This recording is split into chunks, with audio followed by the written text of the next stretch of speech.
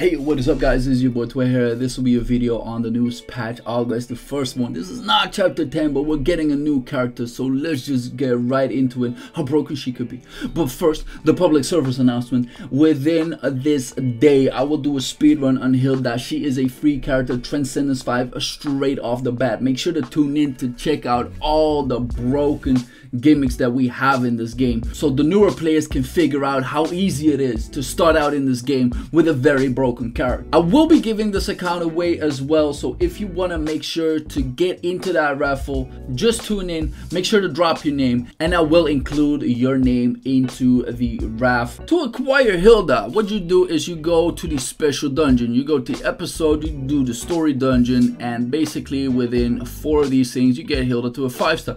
But not just 5-star, ladies and gentlemen, you get a Transcendence 5, and we've seen before how broken that is with the Dark Locazo Fallen Phrase speedrun. That means we can straight on just start and just kicking people and just steal that lunch money. But that's not only it, because after that you can get a special dungeon which will allow you to get a unique weapon and a unique treasure within the very first week, which is quite nice. You can get a random soul stone as well if you are very lucky with that. You can get the right one for this character, and not only that, you can get some soul stone fragment. Take about a so we have about 25 days.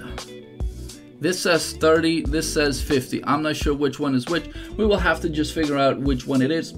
But getting extra soul stone fragments is always welcome, at least for me. That means that my Evan will be built pretty soon as well. I like that. But let's see how broken she is in terms of skills. Well, her S1 deals 12 hits, frontal enemies, reduces mana by 150, which means that ultimately we got 1.8k reduction of mana. Is that then really broken for PvP? I do believe so. Is it broken for Shockman? Yes sir, because we don't like to have that dude on any mana. We, however, don't know what the cooldown is yet, but I can only assume that this will be really broken too. As for the S2, is basically what Chase has. It dispels negative effects. You will get a CC immunity, and you will get a void stacks up to 20 times. Now void stacks will translate into the S3 skill, which I'll get into a little bit, but you get a heal rate reduction on enemies within singular range. That is broken for Shockman. That is broken for PvP. Can you put this on my Chase, please? Thank you very much. And it will consume mana by 100 every second. The mana consumption gradually increases over time, which is equal to Chase's HP decrease, and it deactivates upon consuming all mana or using a skill, which means, or at least that's how I read it, you can still use a skill, but it will then remove the S2 buff. Let's just call it a buff for now. After that happens, if it deactivates, 8-second cooldown, this skill automatically activates upon consuming all mana. Okay, great and all. So it does have a downtime, which then also means, if you do think about it, if you're using this on world boss and you think that the S3 or the skills in itself will deal most of the damage, you still have a downtime of 8 seconds on the S2, which then means that the normal attacks won't do as much as it could. Could you really cope with this though? Yes, because at the end of the day, there's still characters like Audie to reduce the downtime to absolute 0, which is quite crazy. So then the S3 skill deals damage from where enemies, blah blah blah, and with the void stacks you deal an extra damage per stack. Okay, so keep that in mind. That might be something interesting if you want to put her into a bursty kind of comp in PvP, but we'll get into that in a little bit later. As for the S4, increases attack, mana per recovery on a higher percentage. Base, which is really good because mana per second, if you put those stat lines on, I recently learned from somebody that says that percentage will then get amplified by the percentage that you get up from this. So the higher the base is, let's keep it real, Lilia has a similar gimmick, then this might be a very good stat for her to, instead of getting mana per attack, get mana per second on her. Reason for that, you can still get stunned in the initial state. If you do get stunned, you're not regaining any mana and such and such. So for PvP, mana per second might be a very good stat on Hilda. You get more defense penetration per orb, 100 per one orb, that is 600 at max. But if you hit a max, you get a 10 seconds void frenzy and you get a ignore block. Put this on my Chase, please. And you get defense penetration boost to 1000 per orb. So you get the 6,000 penetration.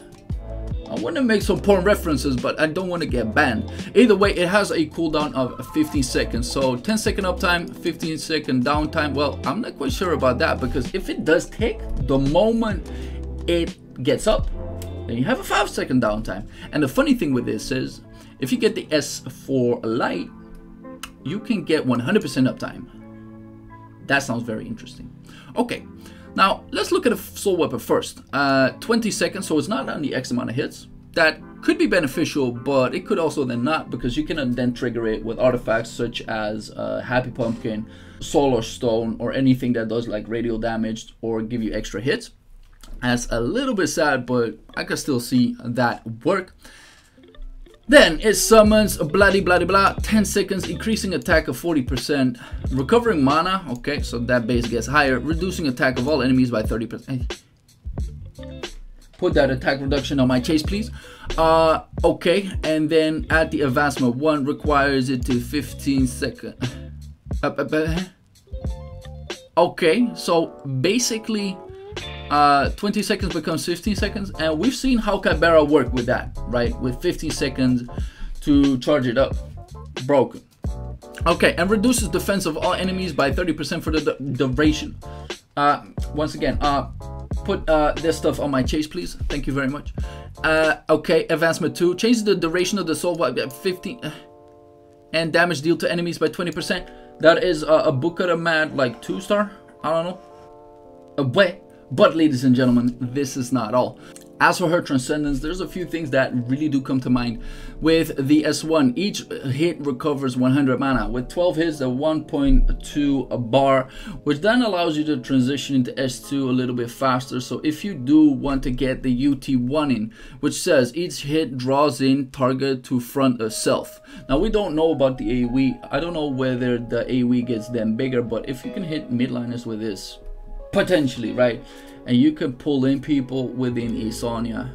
You can then deplete mana on their nuts, which means that you just say, oh hi, you're in my face, and then you can kill people. Now those are all theories. We will have to test that out. Whether we do have the time to do that into the speedrun, I don't think so, but let's just move on, because I'm getting sidetracked. S2 increases attack speed by 500 during the Transcendence state. Okay, so she has a base stat that always almost hits soft cap. But wait, you get 100 attack speed from the T5 Lite. Okay, so basically what it is you get enough attack speed by just having her perked. Ding! Okay, that's crazy. Takes reduced damage during the Transcendence state. Now, this could be a PvP thingy, but I never really liked that sort of thing. Okay. Then, the S3 dispels positive effects from enemies within range. Now, that sounds interesting, but I don't feel like the AoE range is that big. However, yeah, we will just have to see if it is good or not. Damage increased by 40%. If we really do want to see her in, let's say, Gale Conquest, or let's say World Boss 3, where there is a damage window where you need to do all of your burst damage, this might be something that is super interesting. However, would this really be the thing that we're looking for? I don't know. I don't see this being very useful. As for the S4, we already went over the light one, which could maybe grant us a 100% uptime, but the dark increases damage to bosses by 50% during Void Frenzy state. Okay, so that means that this is kind of like a Theo T5 dark, which then opens up a window of damage, which then gets amplified. Now 50% bossing damage really is good for Eclipse or just world bosses in general. Okay, so I can kind of dig that. But what makes this even more broken, and that is a unique weapon, increases own attack and heal rate by 10%. Okay, so Chase has is in a healing rate, right? Okay. He reduces his own HP, right? Yeah, okay. Can that be countered then? Yeah, okay. Because if he doesn't hit, he kills himself. Okay, so if you're hitting shield, you're killing yourself. This lady has none of that, and she has extra healing rate on top of that. Oh, mind you, if you hit the Transcendence state, aka S2, you will get 20% and 20%. Can somebody put this on my chase, please? Thank you. But that basically means this is a 0 star, right?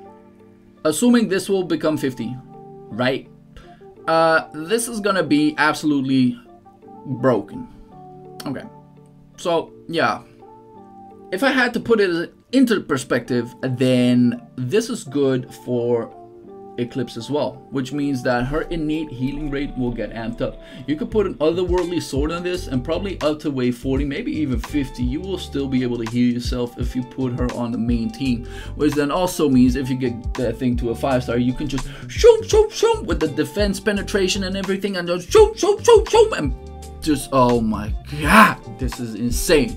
I think she could be way better than Dark Lord Kazuo in that aspect. That is nasty, guys. That is super nasty. As for the UTs, now UT2 seems to be, to me, like the one that you're supposed to be going for in terms of normal PvE type, which says reduces the mana cost increase over time by 40%. Now, if this scales up, that would be nice. If it doesn't, it is still good enough. It basically means that the normal MP per second or MP per attack to get a 100% uptime on the S2 state will then lower, which means less stat lines, more attack lines innately. The reason why I overtune this or overpick this onto the S4 is because this is just attack reduction and this is damage increase of the normal attacks. This is not attack increase, my guys. That is quite insane. So the UT4 recovers mana by 50 every second. That seems also pretty good. I think this would be one of the better ones for the beginners. And it increases the attack by 20% because as a beginner you're mostly struggling with MP every single time. So if you can take this into account, I see this one being better than the UT2. I could be wrong on this, but we're gonna test this out. If I have more information on it, I will post it down into the description and make an actual proper guide on this card. So that is about it, guys. Let's just get straight into the speedrun. Make sure to check it out. And if you guys have felt this one helpful, entertaining, or whatsoever, drop down a like. It helps me a lot. And see you guys in the next one. Peace.